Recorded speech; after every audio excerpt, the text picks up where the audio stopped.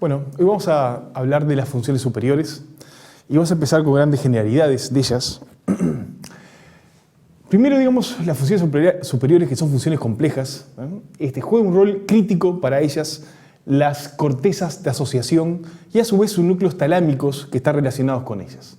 Aquí en esta figura del cerebro, ¿no?, de la corteza cerebral, se ve claramente más claro, ¿no?, las cortezas primarias, sensitivas, está la visual, la somestésica, las cortezas motora primaria. También hay cortezas secundarias, un poquito más oscuras, pero hay zonas que no son visuales, no son auditivas, sino que son áreas integradoras, ¿no?, que se conocen como áreas de asociación.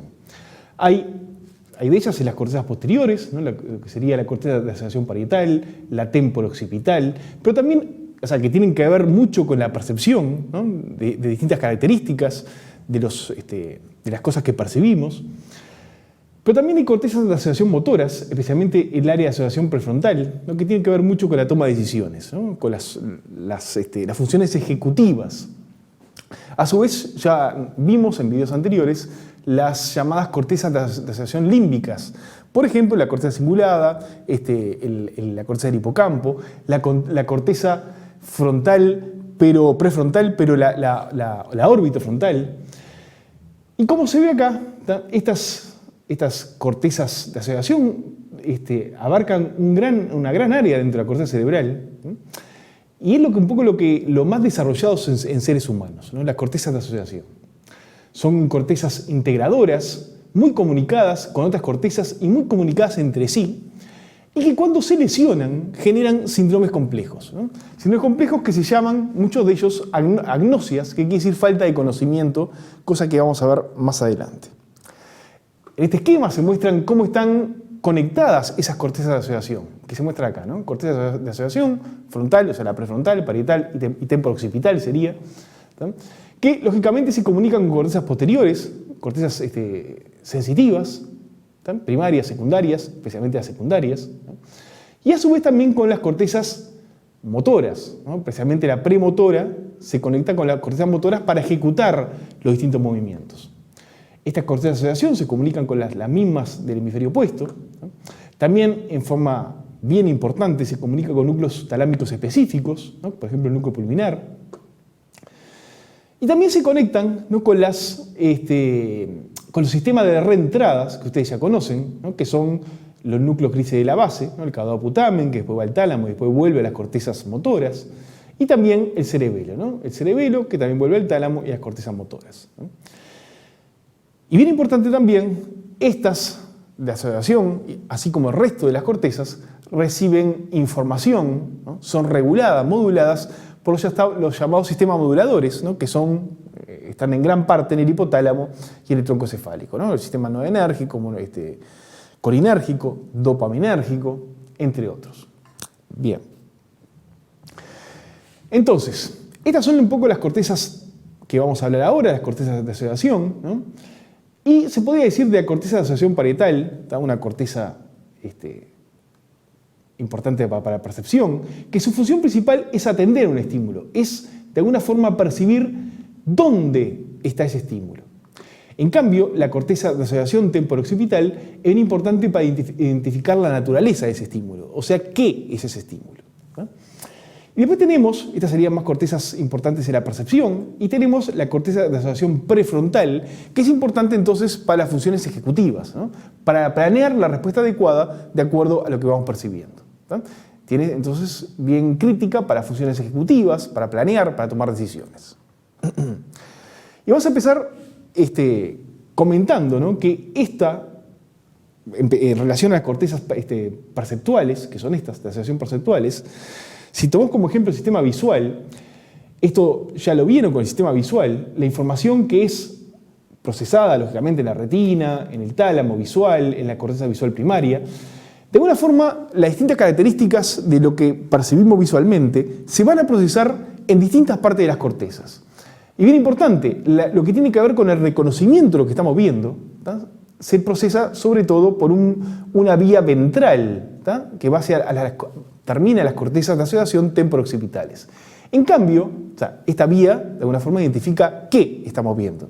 En cambio, estas vías van por la vía dorsal, está la vía dorsal, que se muestra acá, ¿no? Que tiene que ver dónde está el objeto que percibimos, dónde está espacialmente, cuál es su movimiento, ¿no? Cómo se mueve en el espacio ese objeto que estamos percibiendo. Ocurre más o menos lo mismo con información que viene por el sistema auditivo o somestésico, ¿no? Hay vías más ventrales y vías más dorsales. Bien.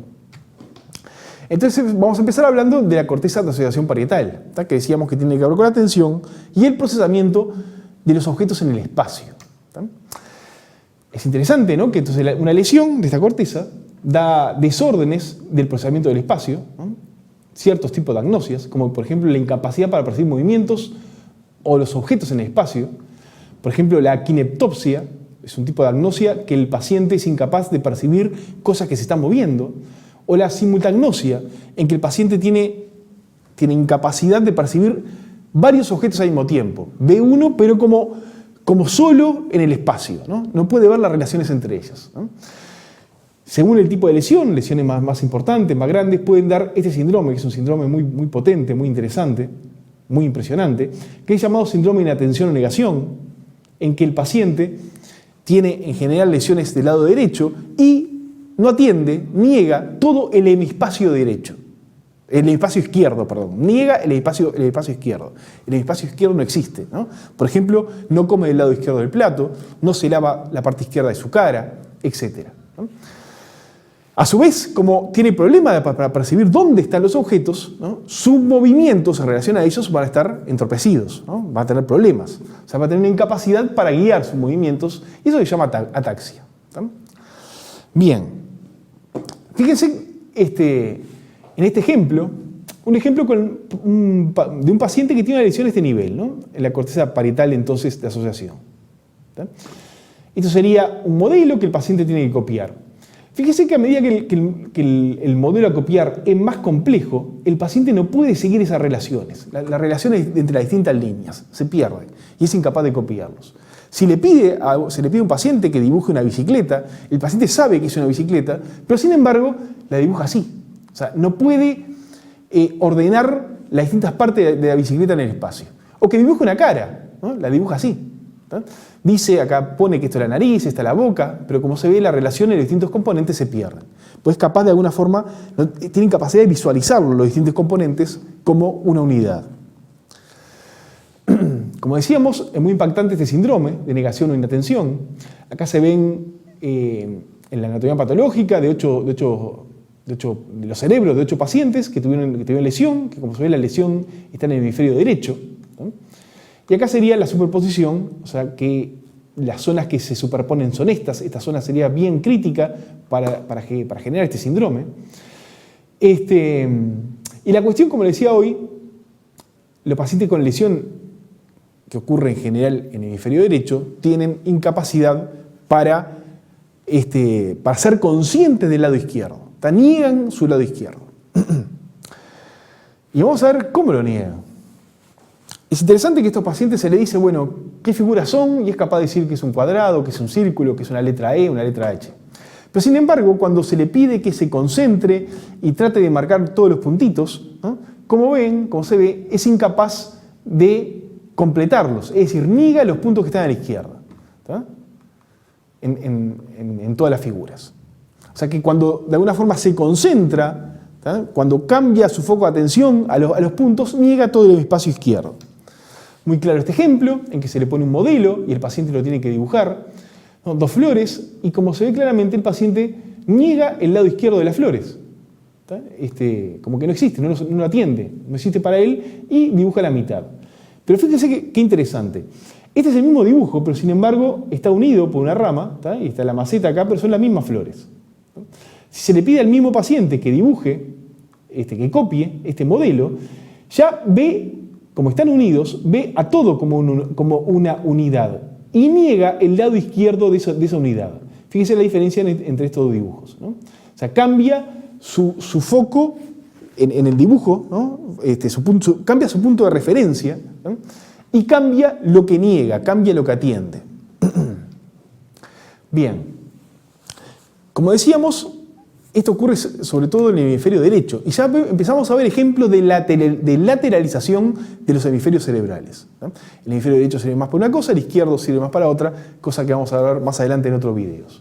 Pero fíjense, esto es una imagenología funcional que se le dice a una persona que atienda el campo visual izquierdo, ¿tá? Cuando lo atiende se enciende la corteza parietal derecha. Cuando se le pide que atienda al lado derecho, ¿tá? Se encienden las dos áreas. Entonces el lado derecho se enciende siempre, tanto cuando se atiende al lado izquierdo como al lado derecho, mostrando la importancia, la importancia de la corteza parietal posterior derecha para la parte de la atención. ¿Tá? Cuando hay lesiones del lado derecho, ¿tá? El paciente es incapaz de atender en el hemicampo izquierdo. Bien. Si uno registra en animales de experimentación, en monos, ¿no? Esta área, es bien interesante que estas neuronas tienen campo receptivo muy grande, pero a su vez integran distintas modalidades sensoriales. Por ejemplo, la modalidad somestésica y la visual, pero también la auditiva. Acá ejemplo solo para somestésico y visual.